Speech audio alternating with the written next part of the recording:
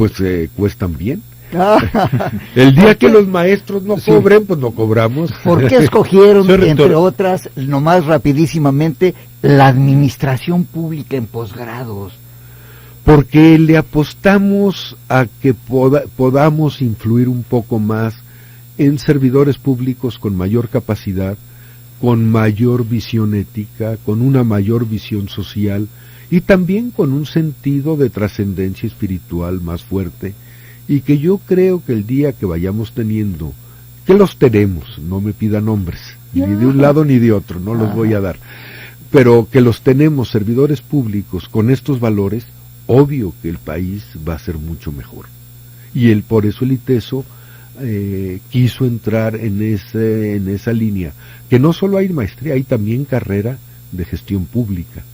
Y bueno, pues han ido saliendo gentes interesantes, ¿no? Y esperemos que en el futuro vayan ocupando puestos de gobierno, pero que no se les olvide lo que aprendieron y experimentaron y vivieron en la universidad.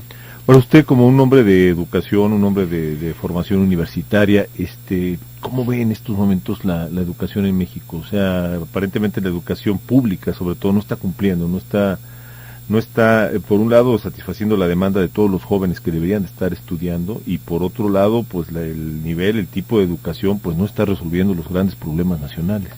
No, eso es evidente que ahí hay un déficit enorme en la calidad educativa para este país, y bueno, lo vemos y lo resentimos en la universidad, en los alumnos que llegan. ¿Por qué? Por ejemplo, desde elementos, la capacidad de lectura es muy baja. Tiene que ver también con todo el mundo tecnológico que lo rodea, ¿no? Pero la capacidad de lectura, de redacción, de ortografía, materias, bueno, fundamentales que forman la cabeza, que forman el pensamiento, como las matemáticas. El alumno tiene pánico, la inmensa mayoría de los alumnos le tiene pánico a las matemáticas. Uno los oye, llegan a la universidad y preguntan ¿qué carrera no lleva matemáticas? Y eso, bueno, es grave en un país que tiene una carencia enorme de ingenieros. Pero es tecnológico. ¿Sí? ¿Cómo que le tienen miedo a las matemáticas los? Pero bueno, eso no es culpa del ITESO, es culpa exactamente de lo que preguntaba Pablo, de abajo, de la formación básica. Y cuando los maestros no logran enseñar las matemáticas, donde estudiar las matemáticas sea un gusto, un placer, que le entiendan, que las matemáticas estén adaptadas al ritmo de evolución de pensamiento del niño, cosa que falta muchísimo, que a veces aprenden de memoria.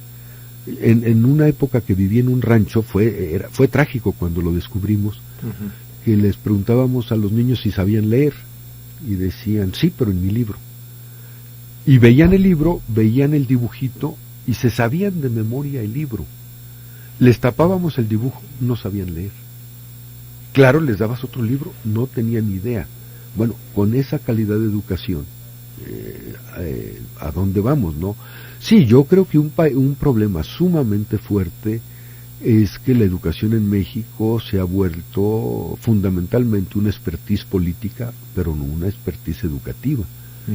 Y cuando los maestros realmente sean más especialistas en la educación. Pero hay posibilidades de que sea, porque digo, esto que usted está mencionando no es nuevo, pues, o sea, lo venimos escuchando y se reescucha cada 6 años, que es cuando se reinventan los modelos educativos en nuestro país, ¿no? Bueno, no es nuevo y tampoco es nuevo el que se diga que se va a poner solución. Eso también hay que reconocerlo.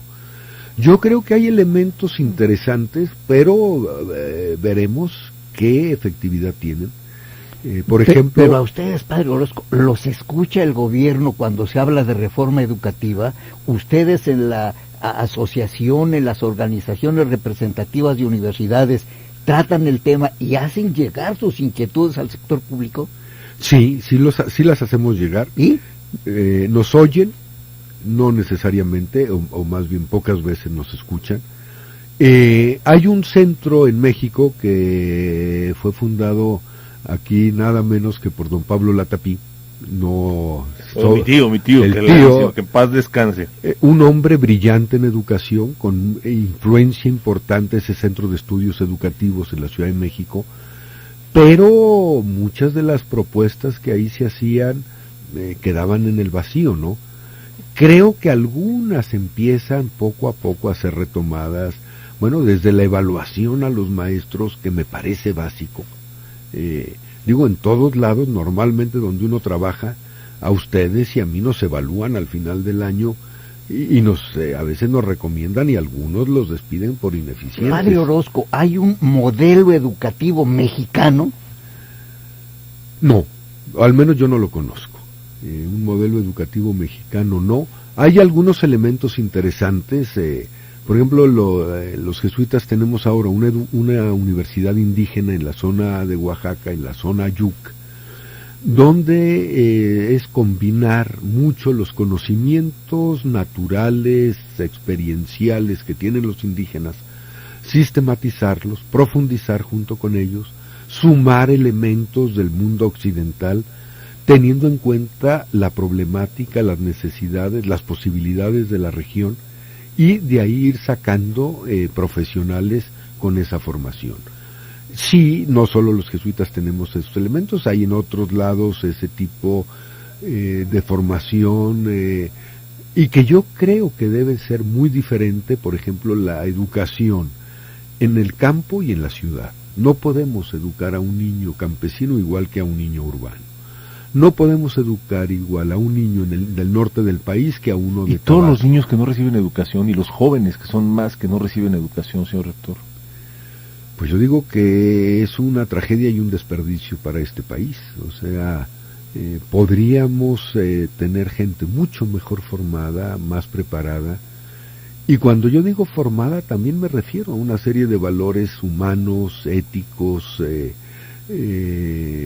con esos valores de justicia, de compartir, de generosidad, que también los ha perdido mucho la escuela y la formación y la tradición. Y que ese proyecto de formación tendría que ser un proyecto de formación también en valores. Pero en valores, en este caso, padre Orozco, el sentido humanístico de la educación universitaria frente al sentido científico, tecnológico, moderno, ¿qué papel juegan en ese equilibrio o en esa disparidad? Bueno, usted lo dice, en ese equilibrio, y que deben ser complementarios, de ningún modo, y esa ha sido la tragedia, ha sido disociarlos, ¿no? O educación tecnológica, técnica, o educación Y está usted hablando de un conflicto histórico, ¿no? Sí. Que tiene que ver con ciencia, con tecnología, con arte, con etcétera, pero eso es harina de otro costal. Se nos acabó el tiempo, señor rector, y quedamos invitados y emplazados a una nueva plática aquí en Cara a Cara, ¿le parece? Me encantaría la idea, ha sido un placer y un gusto estar con ustedes y con su auditorio. Y además hay que platicar del Papa Francisco. Sí. Muchísimas gracias al doctor Juan Luis Orozco Hernández, rector del ITESO. Marcos, muchas gracias. Pablo, gracias, fue un placer estar con una persona como el padre Orozco. Y gracias a usted, yo soy Gracias. Pablo Latapí, muchas gracias por habernos acompañado aquí en Cara a Cara y le esperamos en el próximo Cara a Cara. Muchas gracias, buenos días.